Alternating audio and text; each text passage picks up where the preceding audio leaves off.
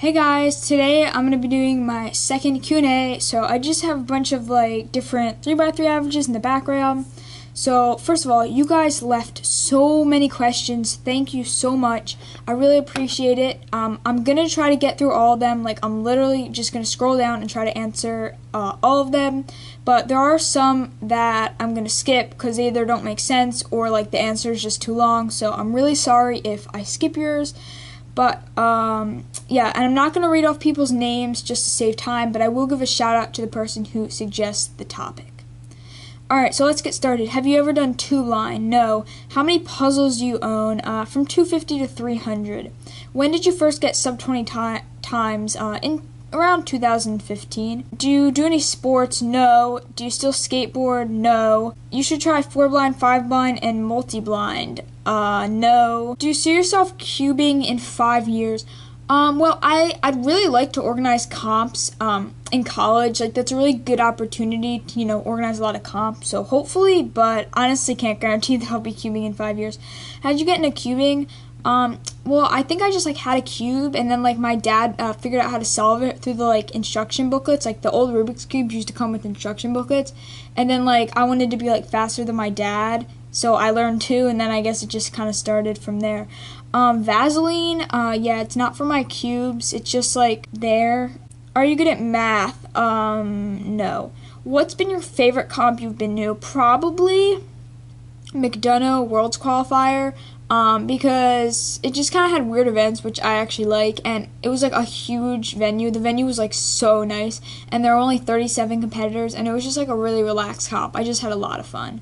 Also, on the kind of opposite side of the spectrum, I also really enjoyed Worlds, and Worlds was also one of definitely my best comp ever, performance-wise. So those are probably my two favorites. How much longer is summer break for you? Just under a month. Who is your favorite YouTuber that's not a cuber? So I used to be into Minecraft, and I watch a ton of Minecraft channels. So probably my favorite one is Ethos Lab. I don't even know why, but I still watch his videos sometimes because even though I don't do Minecraft, they're just really entertaining. What cube in your collection looks the coolest and is fun to play with? Other than your 13x13. Probably a Ready Cube. I think it looks really cool. Would you recommend learning full COLL? Not really. I mean, you don't, in order to be decently fast, you definitely don't need to know that. What memo methods used for 3-blind? I just use letters and then I make them into words. I'm gonna come up with a new letter scheme thing because what I use is bad. But I just do sentences. Funny non-cuber stories. Well, the thing is, I don't really cube in public that much, but when I was touring France with Daniel, Chris, and Luigi, we were cubing all the time. And there was one time in a museum, people were crowding around, and then there was one time in a restaurant where people were literally watching us from the outside. And that was actually really cool. I've never really experienced anything like that before. What is your favorite 3x3 and Pyraminx of all time? 3x3, definitely the Moyu Weilong GTS V2M. It's literally perfect. Pyraminx, probably Moyu Magnetic, just because it's the best. I use a Rubik's clock. Do you think speed cubing is a sport? No. Have you tried other 3x3 methods? No, I think CFOP is the best. In 5 years, where do you see your channel and your speed? Well, speed, hopefully I keep improving. We'll see how that goes as school goes on and stuff. And your channel, yeah, I'm hoping my channel will grow a lot. My channel's growing pretty fast right now, so yeah, I can see myself as becoming a bigger channel. Favorite color, blue. For 2x2, I use CLL and EG1. Do you have any pets?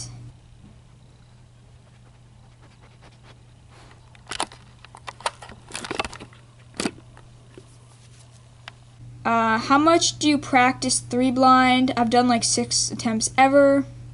How long did it take you to achieve sub 20? Well, I mean, from the time I started cubing, probably 2 years, I guess. Well, 2 years from when I started competing, but maybe probably about 2 or 3 years. When did you start timing your solves? Really from the beginning. I mean, I guess I didn't really practice that much at the beginning, and my interest in cubing is really on and off at the beginning. I definitely could have had sub 20 sooner if I actually just stuck with it. I remember my first time solve was 2 minutes. Favorite subject in school? Probably history. Have you ever accidentally gotten a PB? Well, I mean, kind of like my 183 on skew, because like I guess I kind of like missed the 1 move layer, and instead I did like a 3 move layer, which like gave me just a hedge as the last layer. So I guess that was kind of like an accident. Craziest cubing moment you have ever had or seen? Well, probably the one I've experienced is definitely U.S. Nationals 2016 finals for Pierre. How many years have you been cubing? I've been competing for like 4 years, probably like about 5 years. Some tips to new cubers. My advice would be just go to comp, meet people, have fun. Don't wait till you're fast to go to a comp. When did you start blind? Like a week before I uploaded this success. Where do you think a good place for Worlds 2019 is? Probably like on like the East Coast of the United States would be really great. But like honestly, it's probably going to be in Asia. This is kind of the same, but do you think cubing should be a sport and be taken more seriously or not? As I said earlier, I don't think it's really a sport, and I don't think it should be taken more seriously, because I think that's one of the fun things about cubing, is like it doesn't have to be taken completely seriously. Like, I don't mean people should be like goofing off during comps and stuff, but if you like make a mistake or like mess up, it's not like the end of the world. You can kind of just laugh it off, and that's something that's fun about cubing. Your favorite puzzle, WCA and non-WCA? Probably Pyraminx and like 2x2x3. I don't know, I just kind of been getting that into that lately. Of your PBs, which is your most proudest? I assume you mean in comp. Definitely my 147 Pyra single. What is your favorite food? Celery. My birthday is March 1st, same as Justin Bieber. Do you speak Spanish? No, I take French. Do you like potatoes? Not really. Will you do a cup stacking video?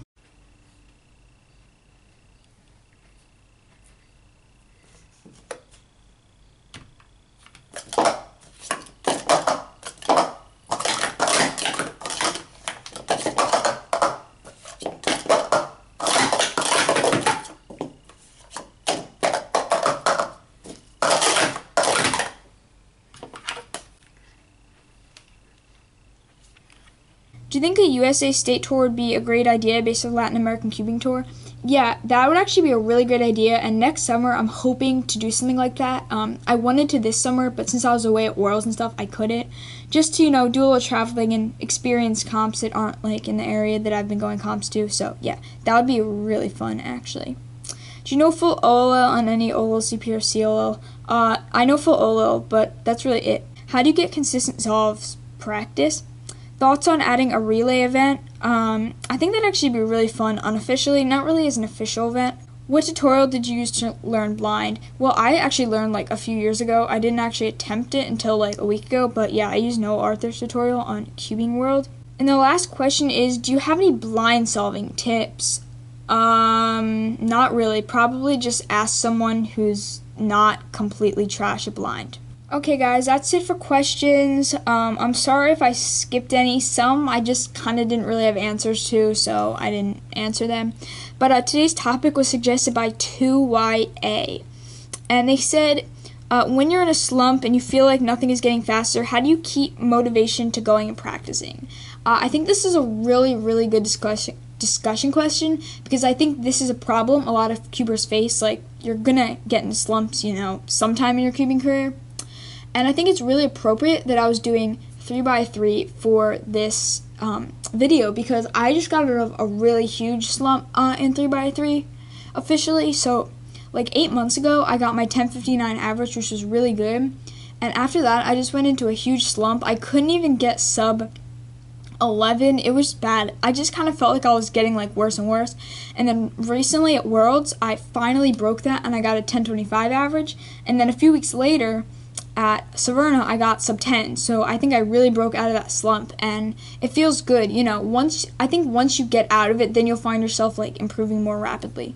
But yeah, it can be hard, and I think something to keep in mind is that like cubing improvement isn't always like completely gradual. I find that a lot of times I'll just be practicing a ton and my times will stay exactly the same, and then they'll just like drop all of a sudden. I think that happens like a lot. I'm not really sure why, but I think you just have to keep practicing. Another thing you could do is just learn something new. I'm not saying you have to like go out and learn like huge alg sets or anything, but like for 2x2 for instance, you could, work on one looking, or you could learn AUFs, or just like learn something else that could help improve your times. So motivation to, keep practicing can be really hard. I think you just have to like see yourself at your next comp and really like envision what you want to get, so that way you can like set goals for yourself. Another thing if you're in like a slump with competing, it's really a lot about like your attitude, because earlier this summer I had Lexington Nationals and Worlds, and that was 7 rounds of 3x3 total.